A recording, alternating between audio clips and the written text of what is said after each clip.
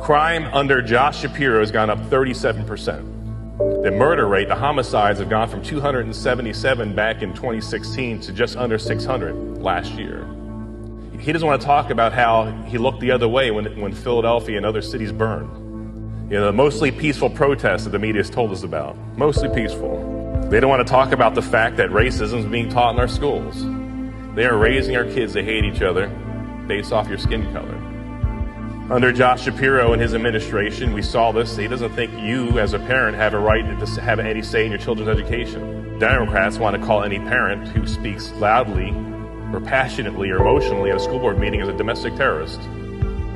They don't want to talk about cancel culture and about taking your First Amendment rights. They don't want to talk about the mandates in COVID and the shutdown. They want us to forget that. Many of you had to sit through that horror of trying to communicate with your loved ones through glass windows. And we held several rallies for these dear loved ones on the steps of the Capitol. They don't want to talk about how Tom Wolfe, you remember, he came out in Philadelphia on the 3rd of June, 2020.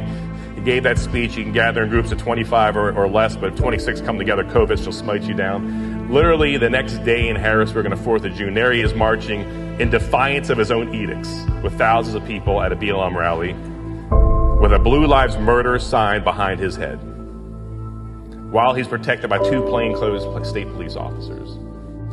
They don't want to talk about how they blocked every independent investigation we try to launch into the 2020 and 2021 elections. But one thing they don't know is that we are the voice of the people. I don't see anyone extreme in this room here. I just see Americans that love their country and want to hand over their country a little bit better than how they got it from their mom and dads.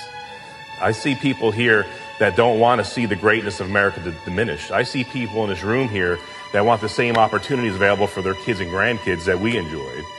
So, all the hit pieces out there, you're not going to scare us off. You're not going to shut us up because we're not doing this for ourselves.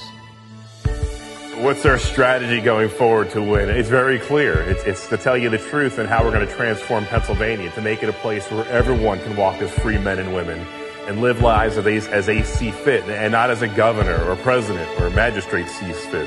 God has blessed our state with great resources underneath our feet. So the first thing here is opening up our energy sector. On day 1, on 17 January next year, we're going to be out of the Regional Greenhouse Gas Initiative. Day 1, it's done, it's over. We're going to open up our energy reserves here and bring prosperity to our state like you've never seen before.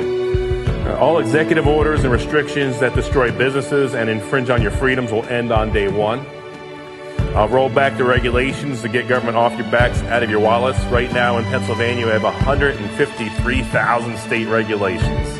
I will hold state officials accountable for enforcing the law and prosecuting crimes. I will have the backs of our men and women in uniform, our first responders and police and law enforcement. Under Mastriano, critical race theory will be done on day 1. There'll be no more jabs for jobs. In other words, your livelihood will not depend on a government-mandated vaccine. And under Mastriano, we will ensure that Pennsylvania elections are free and fair. We're going to bring freedom and safety back to Pennsylvania, not just for Republicans, but for all men and women in our state. We are the birthplace of our nation. Pennsylvania, we're the seed of the nation, as William Penn said in 1682. Where the light of liberty was lit in 1776. That's Pennsylvania. What a legacy we have here.